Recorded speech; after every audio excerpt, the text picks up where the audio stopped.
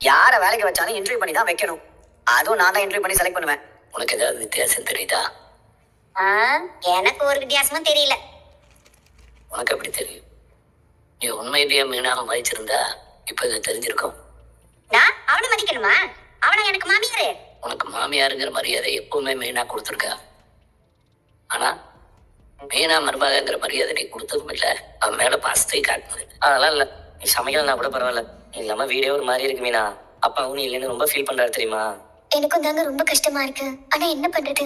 அத்தைக்கு இப்படி ஒரு பயம் இருக்கும்போது நான் எப்படிங்க அங்க வர்றது? எல்லாம் அந்த பொம்பளையெல்லாம் வந்துச்சு, கண்டதை அதை பற்றி சொல்லிட்டு போயிடுச்சு. அதையும் அம்மா நம்பிட்டு இருக்காங்க. அது பொய்ன்னு அவங்களுக்கும் புரியல, உனக்கும் புரியல. இப்படி வீட்டை விட்டு வந்து யாரையுமே பார்க்காம இருக்க. ஸ்ருதி அடிக்கடி வந்து என்ன பார்த்துட்டு தான் போறாங்க. ஓ, வீட்டை விட்டு போனவங்கள தனியா மீட்டிங் வேற போட்டுக்கிறீங்களா? சரியா பழகுல என்ன சொல்லுது? நான் வீட்டை விட்டு வந்ததுக்கு ரொம்ப கவலைப்பட்டாங்க. வீட்டுக்கு போக சொன்னாங்க. அது சரி, பழகுலே வீட்டுக்கு வராம தான் இருக்குது. நீங்க ரெண்டு பேரும் மாத்தி மாத்தி அட்வைஸ் மட்டும் பண்ணிக்கோங்க. அதெல்லாம் விடுங்க. ஸ்ருதியும் நானும் பேசிட்டு இருக்கும்போது ரோஹிணி வந்தா. அது கொஞ்சம் இங்க ஏதோ வேலையா வந்திருப்பா போல இருக்கு. நானும் வீட்டை விட்டு வந்துட்டேன்ல, அதை பார்த்து சந்தோஷப்பட்டுட்டு போலான்னு வந்திருப்பா. அவ பேசின பேச்செல்லாம் அப்படிதான் இருந்துச்சு. என்ன பேசுச்சு?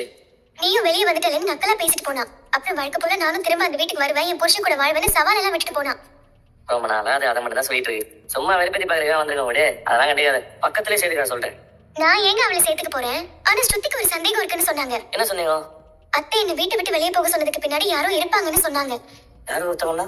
ரோஹிணியா இருக்கும்னு ஸ்ருதி நினைக்கிறாங்க. என்ன வீட்டை விட்டு அனுப்பிட்டு அவன் ஈஸியா வீட்டுக்குள்ள வர நினைச்சிருக்கலாம்னு சொன்னாங்க. கரெக்ட். நான் யோசிக்காம விட்டேன் பாரு. அந்த பார்லர் அந்த மாதிரி வேலைலாம் பார்த்து அதுவும் என்னாலதான் நம்ம வீட்டுல மாட்டிச்சு. அப்போலாம் இருக்கும்ல. அப்படியே நினைக்கிறீங்க? வாய்ப்பு இருக்கு மீனா. பழகுறதும் வீட்டுல இல்ல, உன்னையும் வெளில அனுப்பிட்டா. மருமகளுங்க எல்லாரையும் மாமியார் வெளில அனுப்பிட்டாங்கன்னு சொல்லி ஊரை பேச வைக்கிறதுக்காக கூட அப்படி பண்ணலாம்ல. அந்த அளவுக்கு எல்லாம் அவன் யோசிப்பாளா என்ன? மீனா, அது எந்த அளவுக்கு வேணாலும் இறங்கும். ஆனா அந்த சாமியார் அம்மா சொன்னதுக்கு தானே அந்த பயப்படுறாங்க. இல்ல, அந்த பொம்பளை யாருங்கிறதே எனக்கு டவுட்டா இருக்கு. இது தானா நினைச்சா இல்ல இதுக்கு பின்னாடி யாரா இருக்காங்களாங்கிறத கண்டுபிடிக்கணும். உங்க மேரேஜ் லைஃபே சரியா அமையல, அதனாலதான் நீங்க எப்ப பார்த்தாலும் ஸ்ட்ரெஸ்ஸாவே இருக்கீங்க. நீங்க இன்னொரு மேரேஜ் பண்ணீங்கன்னா எல்லாம் சரியாயிடும் பாஸ். நீங்க சொல்றது கரெக்ட் தான். அதுக்காக தான் நான் எப்படியாவது டிவோர்ஸ் வாங்கணும்னு பாக்குறேன். ஆனா இந்த ரோகிணி அதுக்கு ஒத்து வர மாட்டேங்கிறா. அவகிட்ட இருந்து எப்படி டிவோர்ஸ் வாங்குறதுன்னு கூட எனக்கு தெரியல.